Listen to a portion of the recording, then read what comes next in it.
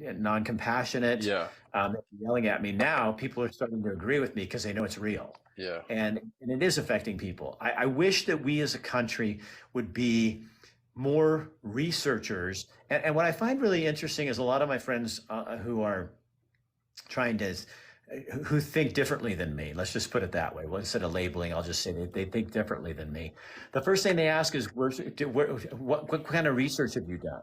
Yeah. And I find that to be a question that is really shut down. They don't really want to know. They Yeah. want to shut down the conversation because the first thing they'll say is, well, that's not a reliable source. Yeah. Well, you can't say that about every single source, and that's not NBC or MSNBC or the New York Times. Right. Um, and they think those are places that you can trust the information, which we know you can't, because what about the Russian collusion thing? Right. I didn't see a big headline that said, "I'm sorry, we fucked up." Yeah.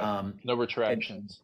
and so I think people are starting to smell it, but it is really frustrating when you do your research and you're listening to all kinds of information. And oh yeah, somebody's talking on here about Tucker. Oh yeah, You that's know, what he, we were talking about. It was basically so he did this interview with Putin. Diane Sawyer did an interview with Putin. Nobody said anything about it, and now they're all saying the reason that they're coming up with they're blasting the interview, and it hasn't even aired yet. Nobody's seen it.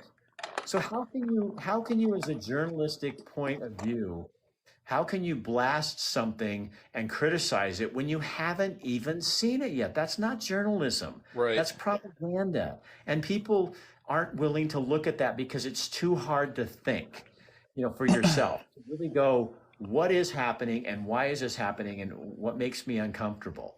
Um, Furthermore,